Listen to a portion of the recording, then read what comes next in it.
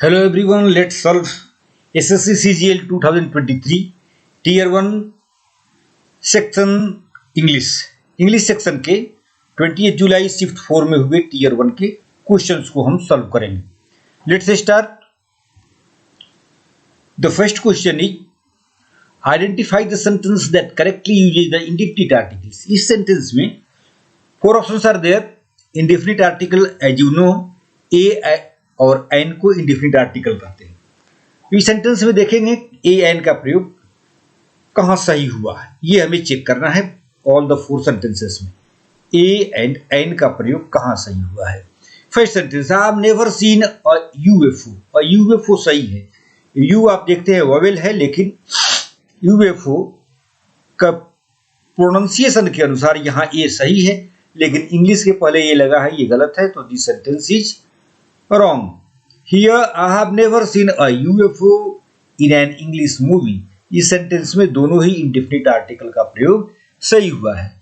तो our option number 2 is the correct answer. Option number 2. Other all are wrong. Next question, select the most appropriate antonym of the underlined word. It was evident. Evident means clear. Evident from his gestures that he was feeling guilty. उसके gesture से ये clear था.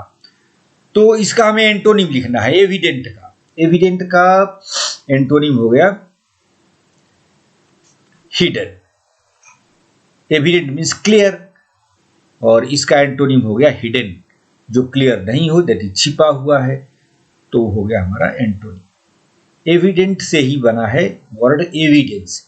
Evident is actually parts of speech के अनुसार ये है adjective evident. Evident का मतलब होता है क्लियर और ये है एडजेक्टिव, और इससे नाउन बनता है एविडेंस. एविडेंस एविडेंस ये होता है इसका noun. Now next question, Ishwar Chandra Vidyasagar fought hard against all evil, most evil, more evil and many evil. तो होगा हम many evil practices. Many evil practices ये नहीं होगा, ऑल एविल भी नहीं होगा, ऑल द एविल्स होता है, इसलिए यहां मेनी इविल से ही है. तो option number 4 is the correct one. Now next question. Next question is select the correct spelling of the incorrectly spelled word. Docile, Labradors are gentle docile dogs. तो यहां डोसाइल का स्पेलिंग गलत लिखा हुआ है. DOCILE होता है, DOCILE. तो select the correct spelling of the correct incorrectly spelled word. तो इनकरेक्टली क्या हो गया, ये डोसिल, और इसका करेक्ट स्पेलिंग हो गया डोसाइल. ये डोसाइल है, स्पेलिंग रॉन्ग लिखा हुआ है. और डोसाइल का मतलब होता क्या है, docile means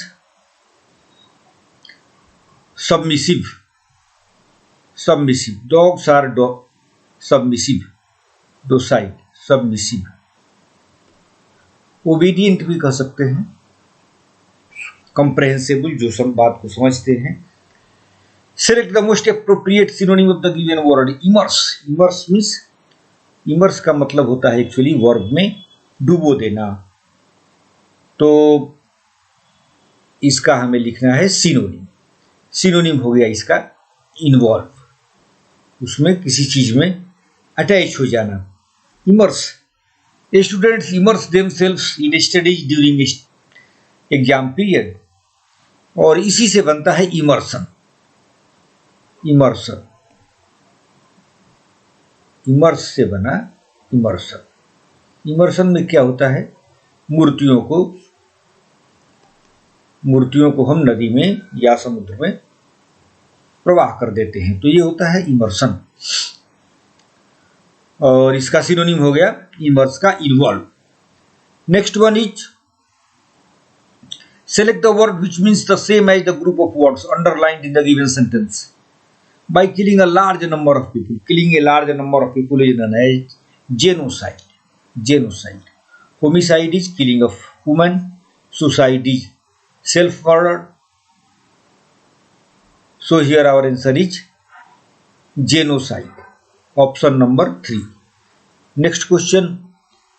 Select the most appropriate synonym of the underlined word. Underlined word is vulnerable. Vulnerable. इसमें पैंडेमिक के बारे में बात किया गया है.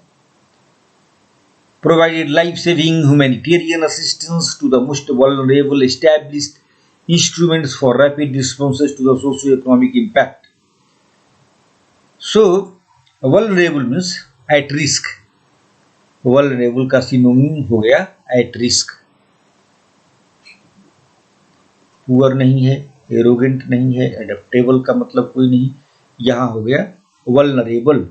Vulnerable means which is very immediately affected and which is at high risk. So, at risk is the synonym of vulnerable. Now, identify the incorrectly word and correct it. Identify and correct the incorrectly spelled word. India needs to do better on rights and freedom, welfare and justice, growth and development, and in building a more egalitarian society. Egalitarian का spelling यहाँ गलत लिखा हुआ है, egalitarian society. तो egalitarian में जो यहाँ ई लिखा हुआ है ये गलत है. egalitarian का स्पेलिंग EGALITARIAN. तो option number 1 is correct. Egalitarian means a society where everyone is given the privilege of equality, जहां सबको समानता का अधिकार हो. That type of society is known as egalitarian society. Now next one is select the option that expresses the given sentence in active voice. Has the custard not been cooked by her? तो ये passive voice में है, active voice में बनाना है. Interrogative sentence है, कैसे बनाएंगे? है हर को हम क्या चेंज करेंगे? सी में चेंज कर देंगे. हर यहाँ ऑब्जेक्ट है, ये सब्जेक्ट बनेगा, तो सब्जेक्ट हर का सब्जेक्ट फॉर्म नोमिनेटिव के सी हो जाएगा. तो क्या होगा कि has C not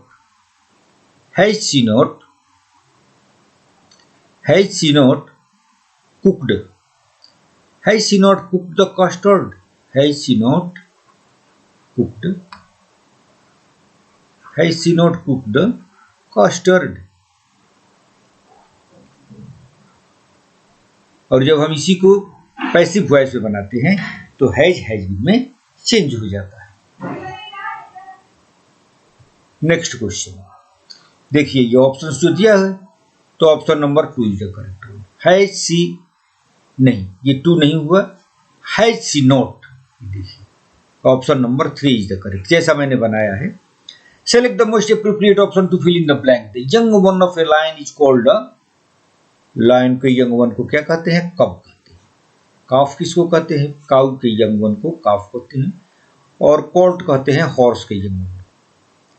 select the most appropriate antonym of the given word. Hinder. Hinder means to obstruct, किसी को परेशान करना, बाधा उपस्थित करना, उसको हम कहते हैं हिंडर.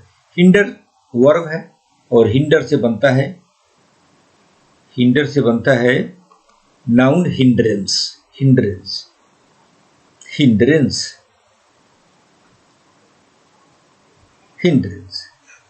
तो यहां इसका एंटोनिम हो गया ऐड, सहायता करना. बाधा उपस्थित करना का एंटोनिम हो गया, अपोजिट हो गया ऐड, सहायता करना. Now 12th question is a paragraph in jumbled order. You have to arrange it in a coherent way. Due to tight deadlines for delivery and increased focus on performance outcomes, many employees are unable to enjoy a proper work life. Here, in this paragraph, the constraints of employees have been discussed. Deadlines are fixed. Then Stress could emanate out of various situations such as lifestyle, health or relationship issues, lack of support from home and competitive focus on acquiring material symbols. तो पहला इसमें sentence हमारा हो जाएगा in today's fast moving world. ये देखिए C हो गया हमारा पहला sentence. In today's fast moving world many young professionals are vulnerable to stress. और दूसरा क्या हो गया स्ट्रेस. और स्ट्रेस के बाद जो दूसरा सेंटेंस आता है स्ट्रेस कहां से आता है. Stress could emanate. Emanate means यहां से निकलता है. कहां से निकलता है emanate. Stress could emanate out of various situation. तो ये दूसरा सेंटेंस हो गया. तो हमारा ऑर्डर होगा सी बी. C B. अब आप देखिए ऑप्शन सारे ही पैराग्राफ पढ़ने की जरूरत नहीं है. सी बी हमने देख लिया. अब ऑप्शंस देखते हैं. सी बी का एक ही ऑप्शन है ऑप्शन नंबर 2. तो हमें बाकी पढ़ने की जरूरत नहीं है. टाइम बर्बाद करने की कोई जरूरत नहीं है. हमारा ऑप्शन हो गया option number 2 C B A D. C B A D. C B A D. दूसरा पढ़ने की जरूरत नहीं है. सी बी होगा और सी बी और किसी ऑप्शन में नहीं है. So no need to waste time. Now next question. Parts of the following sentences have been underlined and given as options. Select the option that contains an error. I had gone to Siliguri before I go to Rajganj. तो हमने आपको बताया था past perfect tense जब बताए थे तो कि पास्ट परफेक्ट वहां पर यूज होता है जो काम कंप्लीट हो चुका होता है और जहां पर दो एक्शंस हो, एक कंप्लीट हो एक इनकम्प्लीट हो. तो इनकम्प्लीट एक्शंस को हम पास्ट इंडिफिनिट से डिस्प्ले करते हैं, पास्ट इंडिफिनिट से एक्सप्रेस करते हैं. तो क्या हो गया before I went to Rajganj. तो ये देखिए गो जहां पर है वो हमारा आंसर हो गया और ये है option number 2. Option number 2 is the correct one. और यहां करेक्शन क्या होगा गो की जगह पर वेंट होना चाहिए. गो की जगह पर went. Now next question. Next question is sentences of a paragraph are given below in jumbled order. Again, this is a paragraph containing 4 sentences in jumbled order. You have to arrange them to make a meaningful or coherent meaning. तो ये क्या है कि it centers on the sinking of the RMS Titanic. Titanic के बारे में यहाँ पर डिस्क्रिप्शन किया गया है. तो सबसे पहले हमारा हो जाएगा Titanic is an American romantic adventure film release इन 1997. यहां से हमारा शुरू होगा. टाइटेनिक फिल्म के बारे में यहां डिस्कस किया गया है 1997 में. After the Titanic sank in sea this film was released in 1997.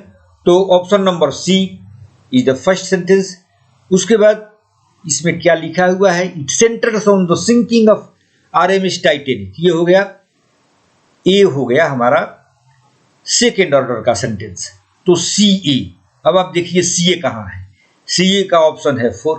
दूसरा कुछ पढ़ने का जरूरत नहीं है, टाइम बर्बाद करने की जरूरत नहीं. Option number 4 is the correct order of sentences C A D B. Next question. Identify how will you ask everyone if the sweets will be delivered by Jack today in active voice. ये जो sentence दिया गया है कि the sweets will be delivered by Jack today, इसको हमें बनाना है active voice में और क्वेश्चन के फॉर्म में बनाना है कि आप कैसे हाउ विल यू आस्क. तो हाउ विल यू आस्क है और एक्टिव वॉइस में बनाना है लेकिन क्वेश्चन बनाना है. तो हम कैसे शुरू करेंगे. हमारा क्वेश्चन शुरू होगा हेल्पिंग वर्ब से. Will Jack deliver the sweets today. अब ये देखिए आप अगर ध्यान नहीं देंगे, अगर ये लिख देंगे एक्टिव वॉइस केवल बना देंगे कि Jack will deliver the sweets today, ये भी एक ऑप्शन है, तो ये गलत हो जाएगा. एक्टिव वॉइस तो ये ठीक है लेकिन क्वेश्चन कर रहा है कि how will you ask. How will you ask the given passive sentence passive voice in active voice. तो होगा will Jack deliver the sweets today. Next select the most appropriate antonym. ये हम गलत कर देते हैं. Select the most appropriate antonym of the given word. Meticulous. Meticulous means carefully, careful. not carefully, careful, it's an adjective. So इसका नहीं, careful तो इसका हो गया सिनोनिम, तो एंटोनिम हो गया केयरलेस। इस तरह से देखिए गलती हो जाती है। हमने पढ़ा एंटोनिम और मेटिक्यूलस के सिनोनिम पर हमने टिक कर दिया, तो ध्यान देते रहना है, नहीं तो जानते हुए भी you can lose your marks. Meticulous, careless and careful both are given. ज्यादातर हमारा ध्यान जाता है सिनोनिम्स पर, ध्यान देना है कि एंटोनिम है तो केयरलेस होगा। Option number 1 is correct. Now select the most appropriate idiom to substitute the underlined segment in the given sentence. The pigeons worked the whole day in the fields and stopped working in the evening. To stopped working in the day को क्या बोलते हैं? Stopped working in the field, in office, in home. That is known as, or if you are completing your target, that is known as to call it a day. When we wrap up, जब हम pack up करते हैं, when we pack up in the evening, that is known as call it a day. So to call it a day, option number 2 is the correct one. Now question number 28. Question number 28 तो हमें नहीं दिख रहा है, आगे देखेंगे हम। Question number 28 यहां है, select the most appropriate antonym of the given word nervous. Nervous का हमें एंटोनिम लिखना है, तो नर्वस मतलब क्या हो जाना, कंफ्यूज हो जाना, नर्वस। तो इसका हमें हमारा एंटोनिम हो गया करेजियस। नर्वस का करेजियस, ये ऑप्शन हो गया, option number 3 is the correct. ये हेजिटेंट, कैजुअल, सेकी, ये सारे नर्वस के ही सिनोनिम्स हैं, तो हमारा आंसर हो गया 3। Now, in question number 21, 22, 23, 24 and 25, a paragraph is given, 5 questions are there here. So, you will have to go through this paragraph. Fountains are used today to decorate city parks and squares, to honor individuals or events. For recreation, किसके किसके लिए fountain का use होता है? Fountain किसके लिए? Recreation, entertainment, तो यहां क्या हो जाएगा? And.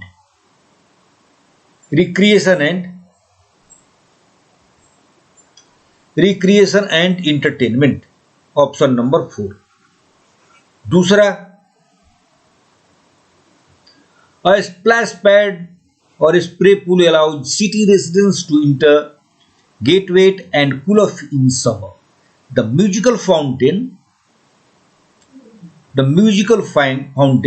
moving jets of water, colored lights and recorded music. अब ये बता रहा है कि म्यूजिकल फाउंटेन में क्या क्या होता है। तो म्यूजिकल फाउंटेन कंबाइंस, ये हो जाएगा आंसर हमारा कंबाइंस, और ये आपका ऑप्शन है option number 3। Option number 3, musical fountain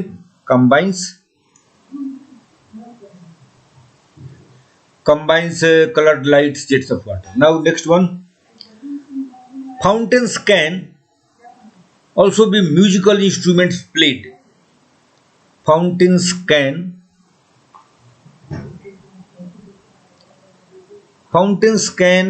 themselves, option हो गया 1।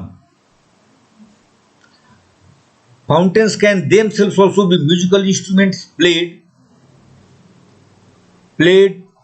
Now, option number 4, played by.